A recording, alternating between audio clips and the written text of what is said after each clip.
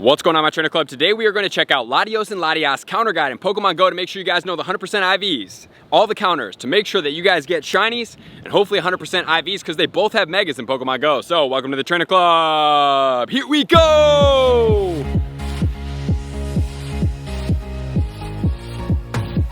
Welcome back, everybody. Let me know in the comments below, how did you guys do on all of the trio of the dogs in Pokemon Go? Did you guys get all the shinies? Did you get 100% IVs? Drop in the comments and let me know, because today we are officially switching out of the dogs and into Latios and Latias again. So if you haven't got Latios and Latias, congratulations, you now have the time to be able to get it. However, if you have, this is either a raid break time, because on the 20th we then get all of the birds and Mewtwo comes back, or you're able to go after some more, get some more XP and everything like that. So let's get into all the details in regards to this. If you guys do want to get in my Discord, there's free Discord for everybody to check out. You can definitely check that out. Or if you want a paid subscription, that's going to get you a little bit more inclusive and small knit groups to raid a little bit more frequently. You can definitely check that in the pinned comments below. So Latios and Latias are going to be making their way into raids on Tuesday, February 9th at 10 a.m. local time. So they are going to be in raid hour for 2 raid hours on the 10th, as well as the following week on the 17th, and then on Saturday the 20th at 9 a.m. they are going to expire, and then Zapdos, Moltres, Articuno, and Mewtwo will take over for the Kanto Tour, because that is the time the Kanto Tour local time goes live. Both Latios and Latias are going to be Psychic and Dragon combination. They do not pair with Flying, although they are flying in the game, which is pretty cool because then it neglects the double ice weakness of this Pokemon. These Pokemon are semi-strong. They do have megas that are going to make them even stronger, so that's going to be a benefit if you guys don't have a good one. And the Latios is going to have a max CP of 4310 with a little bit more emphasis on the attack. And the Latias is going to have a max CP of 3968 with a little bit more emphasis on the defense as far as which stat is weighted higher. With them both being the same typing, they're going to both have the same weaknesses. The only thing that really shifts up is, like we just talked about, the stat differentiation, which then is going to cause them to have slightly different 100% IVs, and then also they have slightly different movesets as well. They're going to have 6 weaknesses of Ice, Ghost, Fairy, Dark, Dragon, and Bug combination, all single weaknesses. There's nothing that we can exploit in double weakness, with resistances to Electric, Fighting, Fire, Grass, Psychic, and Water. So those are going to be what we do not use.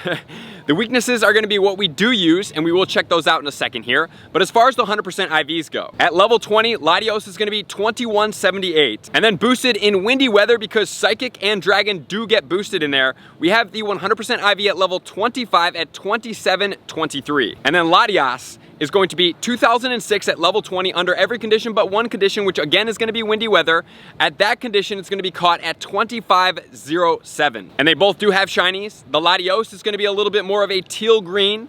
The Latias is going to be a little bit more of an orangey yellow. So they are definitely being able to be seen quite easily when you do encounter them. Latios is going to have movesets of Zen Headbutt and Dragon Breath, with charge moves of Solar Beam, Psychic, and Dragon Claw. So it's going to be a spammy Dragon Pokemon when it does have Dragon moves. Dragon Breath being very quick, Dragon Claw charges very fast. It's basically going to be doing Dragon Claws quite frequently. And as far as the moves that pose a little bit of a problem, Solar Beam hits pretty hard. However, none of the Pokemon in there are going to be weak to it. The 2 moves that are going to pose a problem are the Zen Headbutt as well as Psychic combination, because Gengar is paired up with Poison. Poison is going to be weak to Psychic, so Mega Gengar, which we will check out in the tips, as far as the counters go, is definitely going to be weak. And Dragon Breath and Dragon Claw combination is going to be strong against all the Dragon type counters, because Dragon is both strong against itself and weak against itself, similar to as Ghost is as well. And then as far as the moves on the Latias, we have Zen Headbutt, Dragon Breath, and Charm combination for the quick moves. And then we have Thunder, Psychic, and Outrage. So there are more moves under this Pokemon to be able to be strong against the counters. So starting off, we do have Charm. Charm is going to be strong against the Dark type counters, except Mega Houndoom, because Fire is going to resist Fairy. Dark is going to be weak to Fairy, that's going to neutralize it. Then we have both Psychic moves, like I said. The Mega Gengar paired up with Poison is going to be weak to these. And then we finally have the Dragon moves, which are going to be strong against all the dragons, and we also have electric, which although it's not going to be strong against the dragons because they resist electric and flying is weak to it, it is still going to do a decent amount of damage, especially using more glassy but stronger attackers such as Rayquaza. And according to Pokebattler, Latios is going to need 3 trainers at about 2.24 trainers to take this down, so it's closer to the 2. Maybe once other megas come out, such as the dragons, this Pokemon will be able to be duoed. It probably can still be duoed with megas, as well as using the weather condition and the best friend bonus. And then as far as the Latias, a little bit tankier, like I said, a little bit more on the defense. This one I don't believe is going to be able to be duoed just because of its tankiness. So with all that said, guys, let's now get into the counters. I'm going to use the same for both of them. There are slightly differentiations between the two, but generally speaking, even though some of the moves are a little bit strong and a little bit weak against certain ones, they are virtually the same Pokemon, just a little bit differentiation in where it ranks and what the death ratio is as far as what moves it gets, such as the Charm with the Darkrai. So starting off with the Shadows, we have number 1 counter, which is going to be Lick and Shadow Ball on Mega Gengar. You can also use Shadow Claw as well. 550 seconds on this Pokemon with 33 deaths.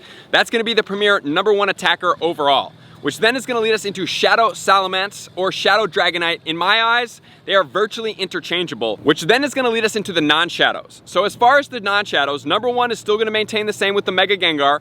Number 2 is going to be Mega Houndoom. I do like the Mega Houndoom because it's not going to be weak to any of the moves of any of these Pokemon, which is a big plus.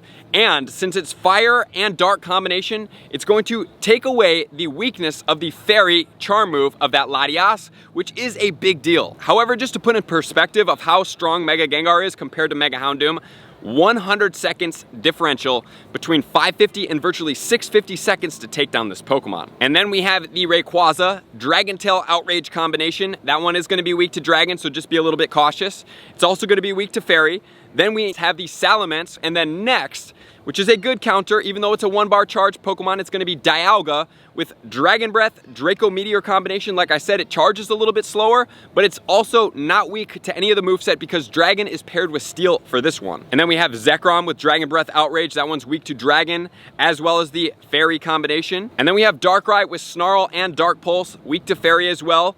Charm, a little bit stronger of a move, but good thing that it is only a quick move and not a charge move as well, which then is going to take us into Garchomp with Dragon Tail and Outrage combination. And then we have number 9, which is going to be Dragonite, Dragon Tail Outrage combination. That one does not need a Calm Day. Then we have Palkia with the Dragon Tail and the Draco Meteor combination. That one's going to be weak to Dragon, as well as the Fairy combination, only having 2 weaknesses, unfortunately, those being moves of both of these Pokemon. And then we have Reshiram, Draco Meteor, and Dragon Breath. Once again, the Fire combination with the Dragon cancels out that Fairy weakness, so that's pretty good, even though it's still a 1-bar charge for that Draco Meteor. And then we have Giratina Origin Form with Shadow Claw, Shadow Ball. This one's neutral to Psychic, so Psychic will still hit this Pokemon relatively hard. And then we have Latios against itself with the moveset of Dragon Breath, Dragon Claw combination, followed by Haxorus with Dragon Tail and Dragon Claw combination. And then there's Mega Abomasnow. So if you guys do want to pause here, check out something on the list to make sure you guys have other counters, you can definitely do so. Even though it's not really my